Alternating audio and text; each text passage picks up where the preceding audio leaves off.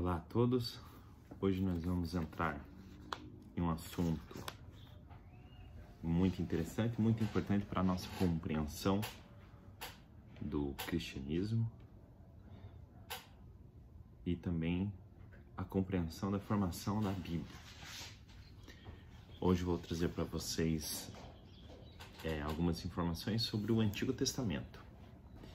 Nós sabemos que a Bíblia, o Antigo Testamento, o cânon dela, a gente costuma falar cânon, os livros, a reunião dos livros, ele foi organizado de acordo com um tempo que perpassou por escolhas, várias situações. Os judeus costumam tratar a Bíblia hebraica como a Tanakh, que é constituído pelas três categorias, que é a Torá, a lei, Nibirim, que é os profetas, e Ketubim, os escritos. Esses livros são chamados Antigo Testamento pelos cristãos, né? Os cristãos costumam chamar de Antigo Testamento diante do Novo Testamento, os escritos que começaram a ser redigidos, fazendo menção a Jesus, recebeu o nome de Novo Testamento. Então a Bíblia hebraica, na nossa Bíblia, nós chamamos de Antigo Testamento. A Bíblia, que é o conjunto de livros que todos nós sabemos, nas comunidades judaicas, quando ainda estava sendo constituído a formação do cânon, víamos depósito de rolos. As sinagogas tinham esse depósito de rolos, o qual trazia vários escritos. Sabemos que a escolha de uns escritos em relação a outros era definido intencionalmente, muitas vezes, por uma liderança ou uma liderança religiosa.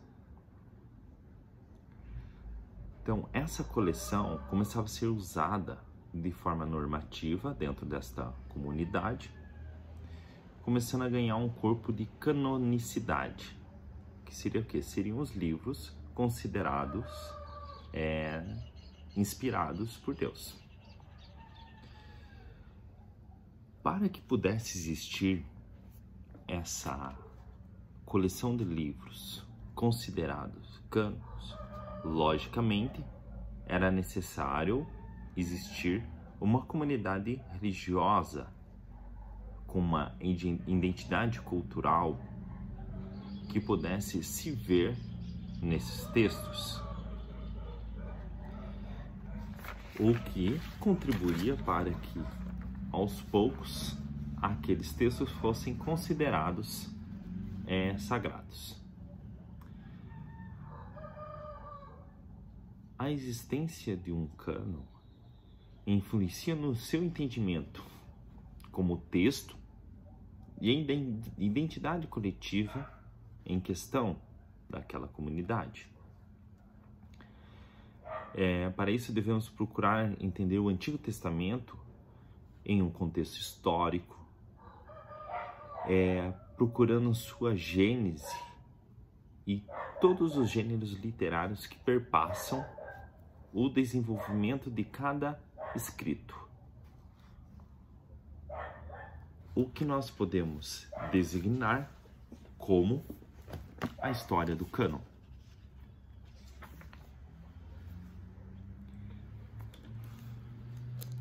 Quando nós vamos pensar no judaísmo, podemos até comparar no mesmo sentido no cristianismo nos primeiros séculos, era a sua inter-relação ou os vários movimentos que persistiam dentro desta expressão religiosa.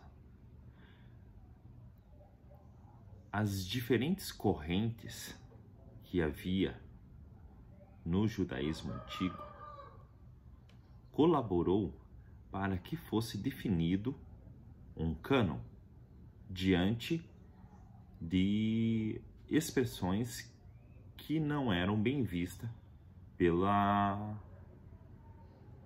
linha que conduzia os aspectos principais da fé. Ou seja, tanto o cristianismo quanto o judaísmo, houve uma luta, vamos, entre aspas, dialética entre ortodoxia e heterodoxia. Que significa o quê? Que essas correntes começaram a ter outras compreensões em relação ao texto, ou usando outros textos, né? Ou seja, os rabinos trataram de deixar bem estabelecido o cânon para não ter perigo de heresias, que eles consideravam como heresias dentro do judaísmo. Percebemos também nas últimas descobertas conduzidas pelos estudiosos com os textos descobertos no Mar Morto, os manuscritos de Qumran, exatamente no estudo do rolo do templo, percebe-se essa luta entre ortodoxia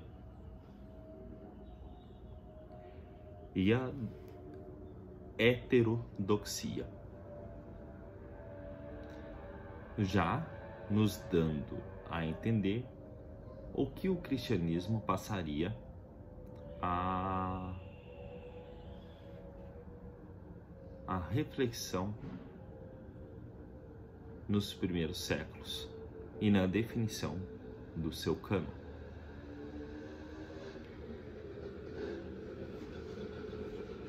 Percebemos também que a necessidade do cristianismo de delimitar alguns textos foi necessária diante de vários textos que já haviam, que lutavam entre si para ganhar um status de texto normativo e importante para a formação cristã. Quando nós falamos ou entramos na definição do cânon, segundo o livro Antigo Testamento, História, Escritura e Teologia, o vocábulo cânon vem do grego kanon, kana, vara, que assume em sentido figurado o sentido de tábua, regra, norma. Gálatas 6:16, 2 Coríntios 10:13, versículo 15. Trata-se, na origem, de um empréstimo das línguas semíticas, do hebraico, que significa tronco, ramo. Todavia, foi apenas no século IV que Atanásio, em sua Carta de Páscoa, no ano 367, impôs o termo cânon para designar a lista dos livros esperados, reconhecidos pela Igreja. Desde então, o vocábulo passou a designar lista de livros reconhecidos e depois os próprios livros. Essa definição fica bem clara o que nós devemos considerar como cânon. Mas, quando nós vamos num estudo aprofundado, nós devemos levar em consideração a história e formação desse cânon. Então, no contexto bíblico, principalmente no Antigo Testamento, e vemos isso atualmente, como é importante nós estudarmos todo o contexto histórico, social, permeado pelo estudo dos gêneros literários para compor uma reflexão pautada em conhecimentos científicos, técnicos, também levando em conta a voz de Deus, a inspiração divina, para que assim possamos ter que a gente possa abstrair do texto o melhor possível para nós mesmos, levando em conta todas essas reflexões. Agradeço por acompanhar esse vídeo. Nos próximos vídeos trarei mais dados sobre o Antigo Testamento e também sobre outras questões que envolvem tanto a igreja quanto a história e a teologia. Eu acredito que todos esses conhecimentos interlaçados vão permitir que você evolua na sua fé e tenha um desenvolvimento importante para que não caia em uma compreensão sem levar em conta todos os estudos que nós temos hoje.